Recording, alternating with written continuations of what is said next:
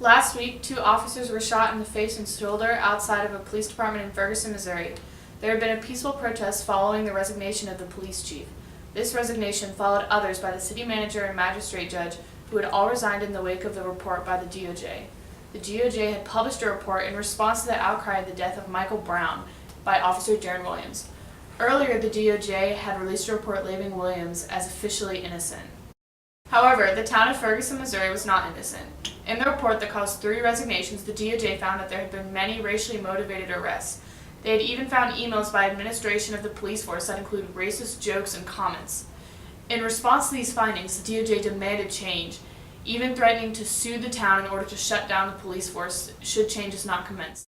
The police have arrested the prime suspect, Jeffrey Williams, a 20-year-old male from Missouri.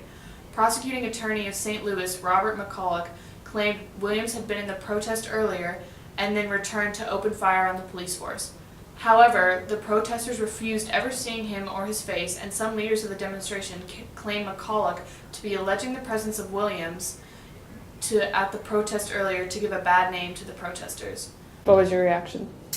I mean, I think the events in Ferguson are tragic, especially in an area where they've had so much turmoil, so much violence in the past.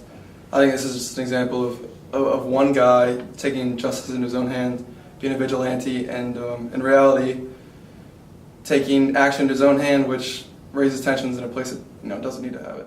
Very troubling. I have family members and friends who serve in the police force, and on their worst day, they go in trying to protect and serve the community with whom they work for.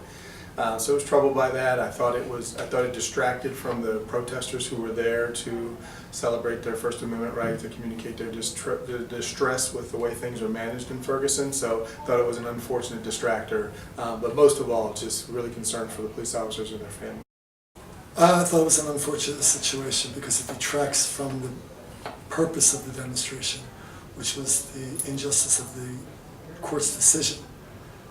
And I think that I'm glad the police officers are okay, that they won't be, that they didn't die, but I don't think that violence is necessarily the approach that should be taken for a social change.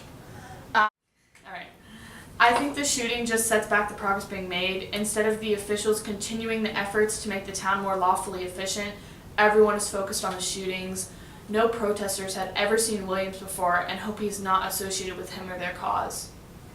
Because unfortunately, as a byproduct of what was going on here and in New York, and it seems like police have been targeted by some as the reason behind African Americans, minorities being overrepresented in arrests and fines and things of that nature, especially in Ferguson.